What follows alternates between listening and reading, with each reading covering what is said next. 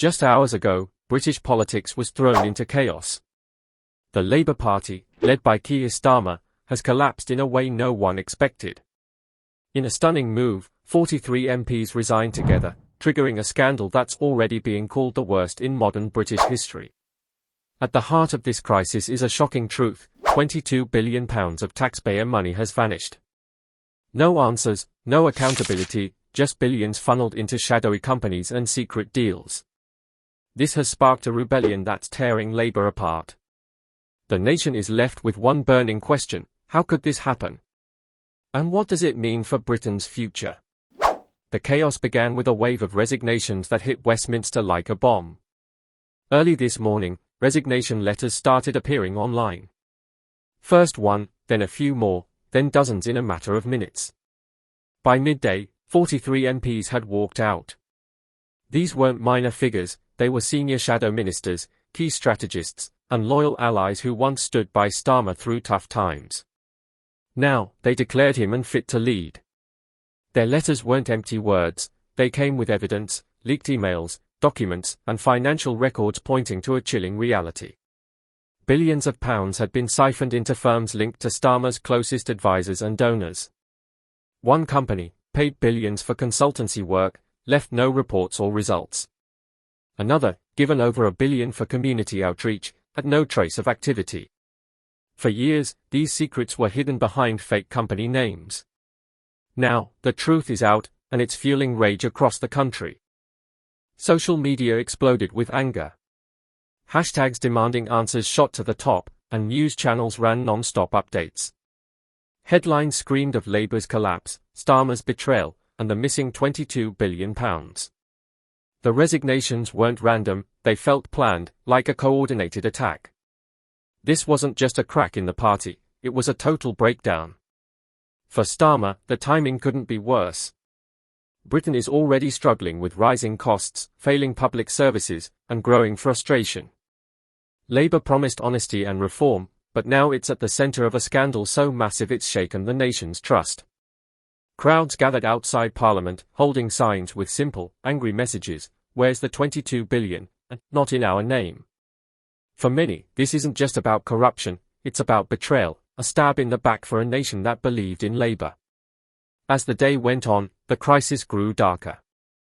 Emergency meetings behind closed doors turned into shouting matches.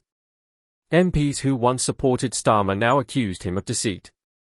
The evidence they brought was damning. Internal memos showed concerns about missing funds were ignored. Whistleblowers were pushed aside, and investigations were stopped before they started. Those who asked questions were punished, stripped of roles, or threatened with removal. This wasn't the Labour Party people voted for, one that promised fairness and justice. It was a system built on secrecy, silencing dissent, and hiding a scandal too big to cover up. The number, £22 billion, became the focus of every conversation. It wasn't a mistake or a typo. It was real money, meant for schools, hospitals, and services families rely on. Instead, it disappeared into firms that produced nothing but empty promises. The scandal spread beyond Parliament. Local Labour groups, furious at the betrayal, posted statements online calling Starmer unfit to lead.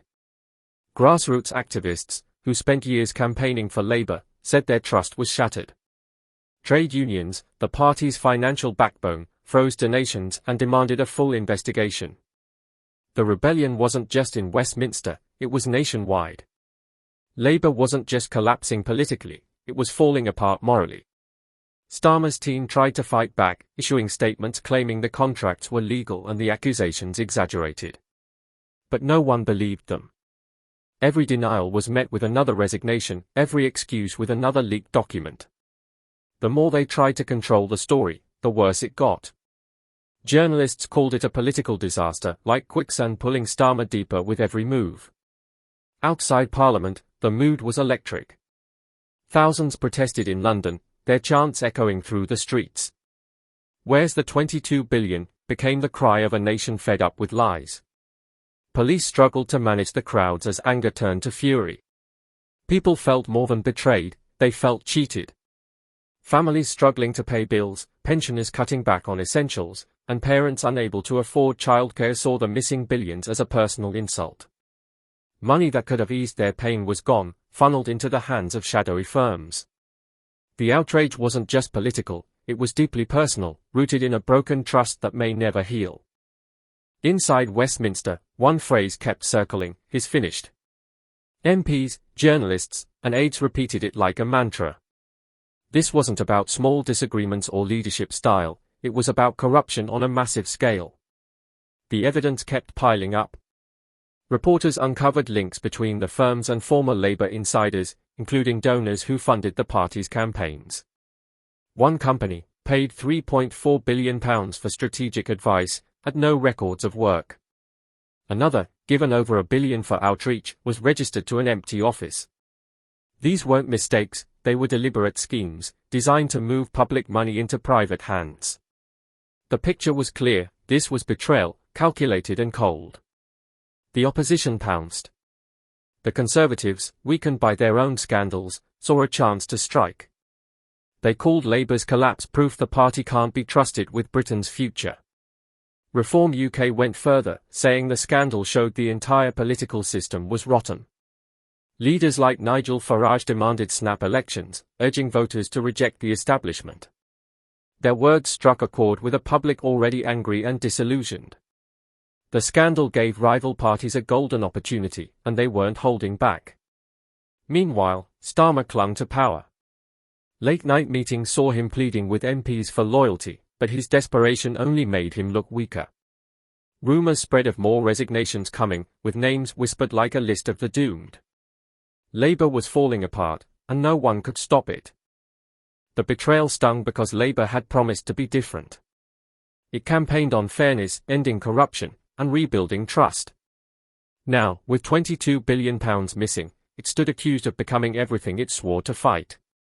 This wasn't just about one leader, it was about the collapse of a movement, the shattering of hope for millions who believed in Labour. Across Britain, protests grew. From Manchester to Birmingham, Glasgow to Cardiff, streets filled with people chanting, "Not in our name." Placards demanded answers, their messages sharp and unforgiving. Social media fueled the fire, with hashtags uniting millions in outrage. For many, this was more than Labour's failure, it was a betrayal of the nation. As night fell, the crisis became unstoppable. International media splashed Britain's turmoil across front pages.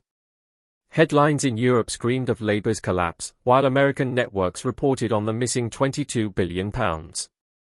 Even rival governments pointed to the chaos as proof Britain's system was crumbling. At home, protests grew louder. Tens of thousands marched toward Parliament, some carrying torches, others banging drums. Their chants filled the night, aimed not just at Starmer but at a system that seemed rigged against ordinary people. The images were powerful, crowds demanding justice under the shadow of Westminster. Inside Labour, the betrayal took on a life of its own. Local party branches turned against Starmer, with some demanding he resign immediately. Longtime activists, who had given years to the party, declared their loyalty dead. Major unions made it official, no more funding until the truth came out. Without money, volunteers, or trust, Labour was hollowed out. Starmer's team kept pushing back, claiming the contracts were legitimate and the evidence misinterpreted. But every statement fueled the fire. For every press release, another leak appeared. For every excuse, another MP stepped forward with proof. The crisis was a wildfire, burning through everything in its path. The stories behind the missing money grew darker. Investigative reporters found ties between the firms and Labour donors, with billions paid for work that never happened. One company pocketed billions for advice but left no trace. Another, given over £1 billion, operated from a shell office with no staff. These were deliberate schemes, not accidents. The picture was one of betrayal so vast it could redefine British politics. In pubs, on buses, and in workplaces, people talked of nothing else. Families struggling with high costs saw the £22 billion as a cruel slap. Money meant for housing, hospitals, and schools had been stolen. Pensioners who trusted Labour for decades vowed never to vote for them again. Even young activists, once the party's future, walked away.